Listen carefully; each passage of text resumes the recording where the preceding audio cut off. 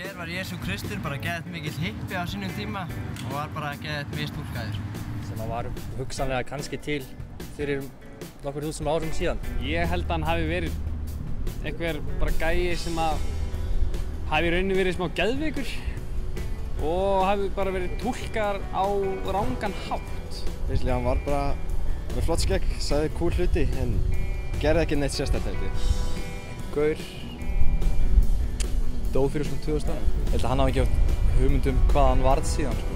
Það var örugglega eitthvað svona klikkaði gaur sem einhver ákvað að skrifa um. Allt gott í lífinu. Hugmynd sem fólk heldur hann þá í.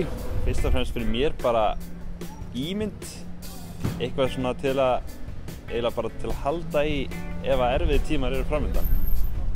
Bara maður sem vildi bæta heiminn og gerði allt sem hann reyndi. Ég held að það sé mjög misskildir. Ég held að hann vildi bara að við værum mjög þolinmóð og sýndum svona ást og umhyggju hvert öðru en ekki vera með svona mikla fordóma eins og við mikið í heiminum. Hann var fyrirmynd allra skeggjara nútíma hipstera. Hann léleg sögupersóna í lélegri bók sem allt og mikið fólk heldur að þýði eitthvað. Punktur. Hæ, ég heiti Gunnar Ingi Gunnarsson og er forstöðumaður yfir Loftstofunni. Það sem mig langar að gera í dag er að bjóða þér að vera hluti af nýrri kennsluseríu sem við erum að fara í gegnum og hún byrjar 5. október og ber nafnið Fylgdu mér. Það sem við erum að fara að gera í Loftstofunni er að fara vers fyrir vers í gegnum allt Matteusarguðspjall til þess að sjá hver Jesús Kristur var, hvað það þýðir að fylgja honum og hvort hann var þess verðugur að fylgja eftir. Núna rúmum 2000 árum seinna eftir að hann kom, þessi maður, Jesús Kristur í heiminn, erum við ennþá að tala um hann. Hann er reglulegur gestur í þáttum eins og Simpsons og South Park. Rapparar er að rappa um hann, Kanye West, Jesus Walks, hvað það er. Fræga fólkið er í bólum með Jesus is my homeboy.